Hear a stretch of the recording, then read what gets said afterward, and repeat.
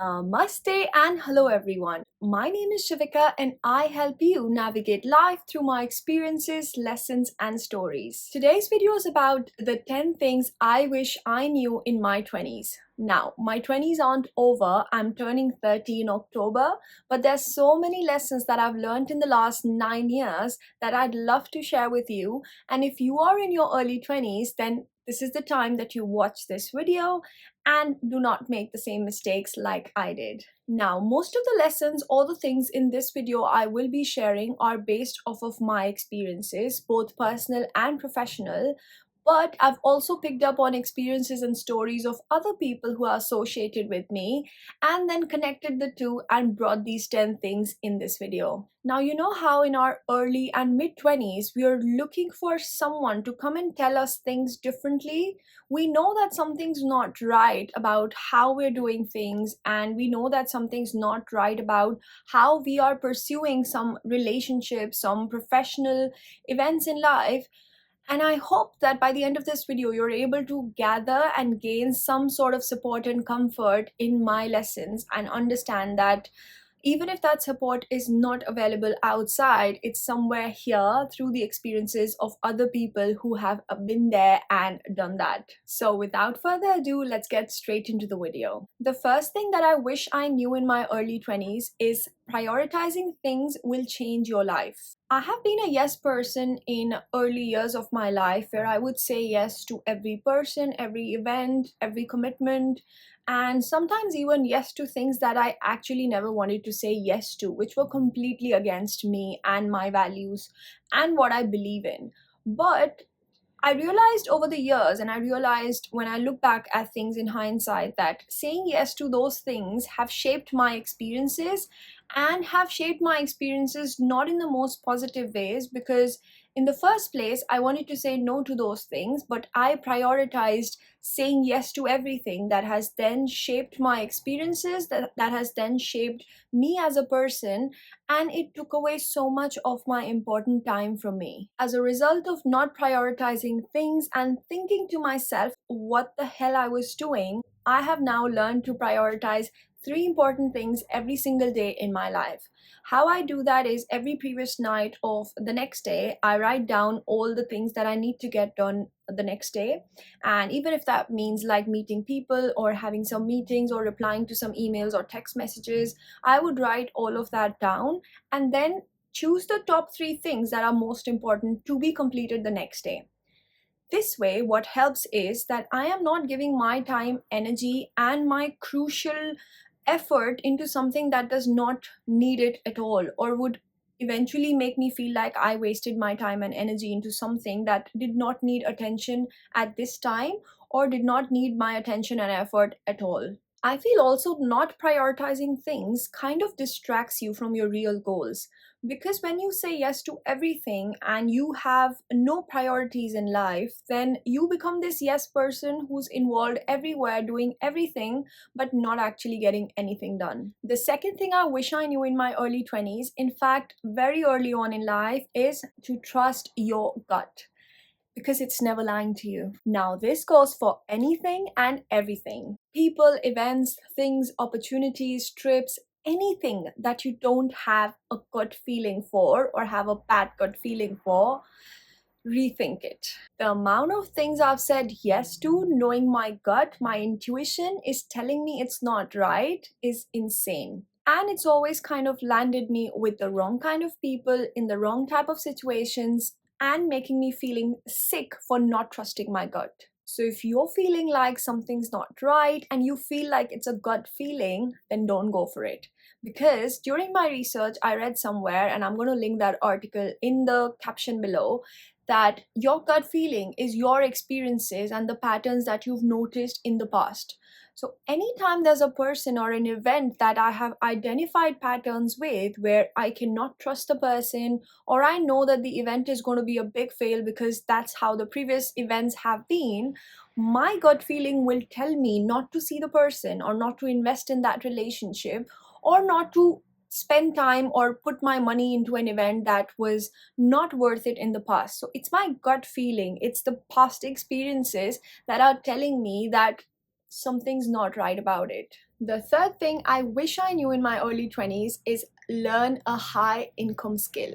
Now, you must think that I may be living under a rock, that I did not know that I should be learning a high income skill, but some people learn it the hard way, and I am some people. Now, in my early 20s, I was so focused on my career to complete my degree, to launch that startup idea that I was just endorsed at the age of 23 by Warwick University, that I started learning everything. Now, I have mentioned in my previous videos that I do not have any business experience or I did not study business. The only time I studied business was when I was self teaching myself about business, and this is the time when I launched my business idea in the UK. Whilst doing that, I was focusing on so many different things that I did not pay attention to a skill. I did not pay attention to a high income skill that would then get me leads or that would then convert my leads into conversions and sales. So, having spread myself too thin in my early 20s, trying to do everything, learn everything, I kind of gave away some of the most important years of my life where I could have been honing a high income skill. So don't waste your time becoming jack of all trades and master just one high income skill that will change your life. The fourth thing that I wish I knew in my early 20s is let go of people who do not serve you anymore. I have held on to some relationships in my life that stopped serving me way back. And I'm the kind of person who just does not like breaking relationships, breaking friendships. I do not like parting ways with family members or parting ways with good friends.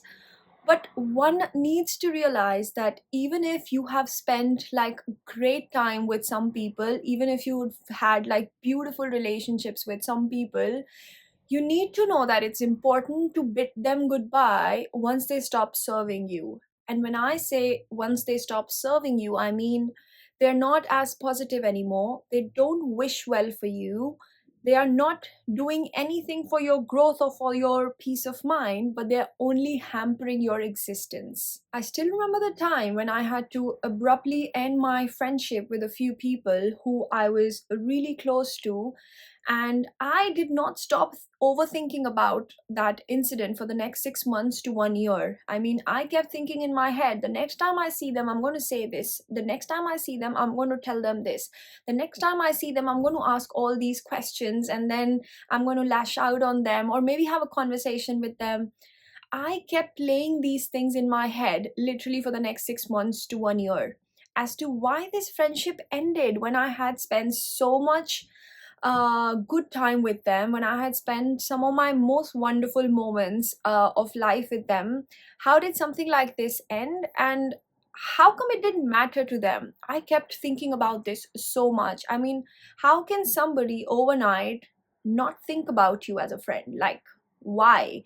And I learned that day the hard way again because it took me a good 6 to 8 months, a year, I would say, to understand that when people show you your place in their life, then you must understand and stop overdoing or overplaying your role in their life. So let them go.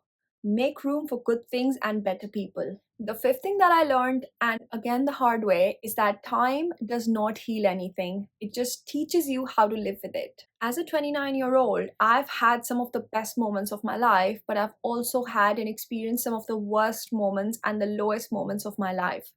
And during those lowest moments, as time flew, I always thought to myself, give it time, it will get better. Give it time, it will heal. Give it time, you will feel better. Give it time, things will change.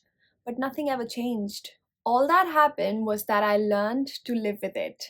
And I learned to heal myself. And I learned that with time, this too shall pass, but I've got to learn to live with it. And that was something that has helped me through my tough times. That every time there's a low moment, every time there's a dramatic situation in life, I tell myself that I have to eventually learn to live with it because time is not going to heal anything, but time is going to give me the time to find that healing and learn to not make it an important part of my life, but something that is now going to stay with me. Which brings us to the sixth thing that I learned over the years in my 20s, mid 20s, is that this too shall pass. There's no point stressing about anything in life because this too shall pass. Good times or the bad times, it's all going to pass. If you are overstressed about something, it is going to pass. If you are too happy about something, that too shall pass. And if you are overthinking about an event of your life or something that you always wanted that it would happen in a certain way, then even that too shall pass. So I would say don't stress about anything. Don't wallow in misery if something goes wrong, and do not consider any high moment of your life as this is it, because everything shall pass. And this is just a reminder that in times when you're considering any situation as the peak of everything, that everything's over now, nothing's going to happen now, life is over now, it's that moment when you take a deep breath and tell yourself, this too shall pass. And I know it takes a lot of maturity to understand this early on in life, especially when you're going through navigating careers, switching careers, or going through a bad breakup, or going through some family situation. But just having that understanding that whatever's happening in this moment or in this time is going to pass kind of changes your outlook towards that thing, and you just start feeling a bit calmer and better. Seventh, life is a product of all the yeses and all the nos that you say along the way. My life today at 29 years old is the byproduct or consequence of all the decisions that I took in my early and mid 20s. To decide to start my entrepreneurial journey soon after university and say yes to starting a business at 23 or 24 years old is what has led me to be an entrepreneur today at 28, 29 years old. And this has changed the entire trajectory of my life. I mean, I wanted to pursue a career in United Nations, and here I am 7 or 8 years later, still wanting to do something entrepreneurial, still wanting to solve a problem, still wanting to start a business and then build it from there. It was a decision I took in my mid 20s to not settle down or not get married until I'm financially independent.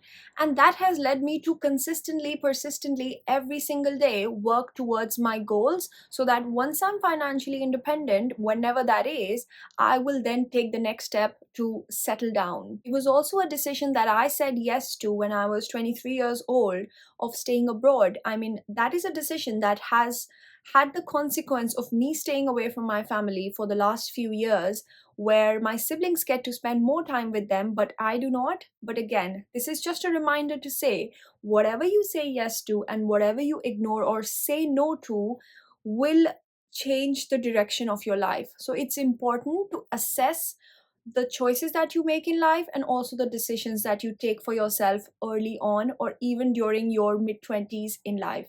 Number 8, never stop learning. I have always been a learner, don't get me wrong, but I wish that everyone understands the fact that in your early 20s, mid 20s, it's the time to learn. It's the time to hone on a skill, hone on a subject that you can then become an expert on. This wasn't taught to me. This wasn't something that I realized early on because I was so busy learning so many things. Like I mentioned early on in the video, that I was so busy trying to do so many things that I did not learn about something specific, that I did not focus my energy also into what I should learn. When I started my entrepreneurial journey in 2018, I started learning about business, how to start a business, what is a page, what is an MVP, and how to write a business plan and the works. I was attending so many different workshops and seminars online. I was part of the NatWest Pre Accelerator. I was also part of the IM Bangalore NSR Cell Women Incubator. And then during COVID, I attended so many online workshops because, of course, everything went online. And soon after I got back to the UK, after COVID, I spent my time learning by doing things. I launched a discount card in Preston, it's the city where I live in, and I learned so much doing things. I was constantly reading, constantly watching podcasts and videos and learning from the best in the industry. And eventually, very recently, I also enrolled myself in a course from Oxford University on branding and marketing. I have a book right in the background there on my table. which we were given on the day of the course. And I spent like between 9 and 5 at Oxford University learning about branding and marketing from some of the best professors at the institution. And number 9, you are the average of the 5 people you spend the most amount of time with. I spent a lot of my early years with party goers. You know what? I became a party animal with time. I spent a lot of time with people who did not have any goals and ambitions in life. You know what? I started procrastinating my goals in life. I spend a lot of time with a lot of negative people in life. You know what? I started thinking of everything negatively. Thankfully, that person is not me today, but what you surround yourself with is what decides where you're going to be leading in life. Choose the people around you very, very wisely, and that comes from knowing yourself best. It's important to know what your goals and ambitions are in life. It's important to also know what your values are in life. And this way, you will automatically take yourself out of any companionship or relationship that you feel does not serve you. If you spend a lot of time with average people who just want average things in life, you will end up leading your life very average. But if you spend your time with ambitious people, people who want to make it big in life, people who dream big, even if you're not dreaming big, you will start dreaming big and wanting more from life. And there's nothing wrong in being with average people, because if you want to be average and if you want a regular life, then awesome, you're in the right company. But if that is not for you, then you need to rethink what kind of people and who are the people that you're spending your time with. And the final one, look after yourself because no one else will. Your body is your temple. You need to nourish it, cherish it, look after it, respect it, and feed it. No one else is going to come and tell you what's good for you and what's not good for you. Food wise, you need to remember what's healthy for you. Knowledge and thoughts wise, it's important to know what's healthy and right for your mind. And people wise, it's important to attract the right kind of energy so you always keep feeling refreshed and you always keep feeling fueled instead of feeling depleted around people and around thoughts that are negative and also take away so much from you. A few things and changes that I made to my lifestyle, realizing that nobody's coming to look after me, are things like cutting down on sugar 8 years ago completely, switching to plant-based milk instead of regular milk because of my acne issue. And then thirdly, I recently joined like about 6 months ago a gym membership, which has been one of the best decisions of 2024, and I've never felt better about myself. Another thing I did was to learn cooking so I can make myself fresh meals every single day, and I'm not spending too much money outside buying food that has got multiple preservatives and colors in it. So cooking was also another investment that I made into myself by learning the art and the skill of cooking, which has definitely helped me to stay fit, stay healthy. So your health is completely in your hands, and whatever it is that you feed your body in your 20s, early, mid, late, is what will show up in your 30s. So make sure you're healthy and you look after yourself as a priority. Well, these are the 10 things that I wish I knew in my early 20s. If you like this video, then definitely share it with someone who is in their 20s, early, mid, or late. And if you found this video useful, entertaining, and is something that you enjoy watching, then do subscribe to the channel because I post such videos every Sunday, Wednesday, and Friday. I shall see you in the next video, and until then,